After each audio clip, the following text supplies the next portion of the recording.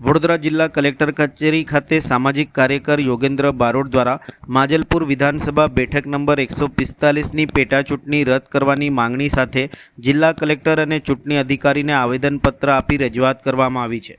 હાલ માજલપુર વિધાનસભાની 145 નંબરની બેઠકમાં યોગેશ પટેલના અવસાનના કારણે તે બેઠક ખાલી છે।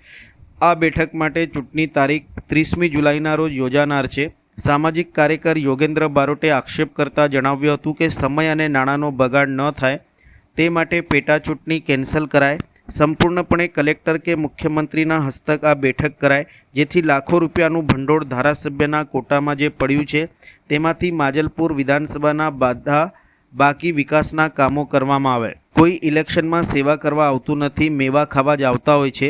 ત્યારે માજલપુરના સિનિયર ધારાસભ્ય હતા, તેમની જગ્યા ઉપર કોણ ચૂંટણીમાં ઉમેદવાર હશે, કોને ટિકિટ મળશે, આ બધી બાબત ઉપર વિરામ મુકાય, પેટા ચૂંટણી કેન્સલ કરાય તેવી તેઓએ રજૂઆત કરી હતી।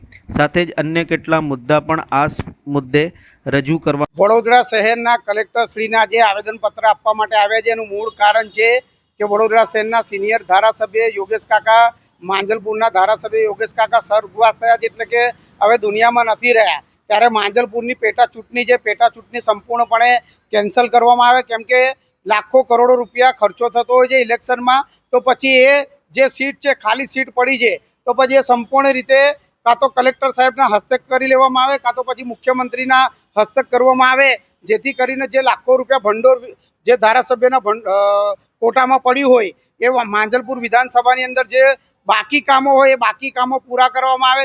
એનું મૂળ કારણ છે કે જ્યારે ઇલેક્શનની અંદર કરોડો રૂપિયા ખર્ચો કરવામાં આવતા હોય છે તો કોઈ સેવા કરવા નથી આવી, બધા મેવા ખાવા માટે જ આવતા હોય છે।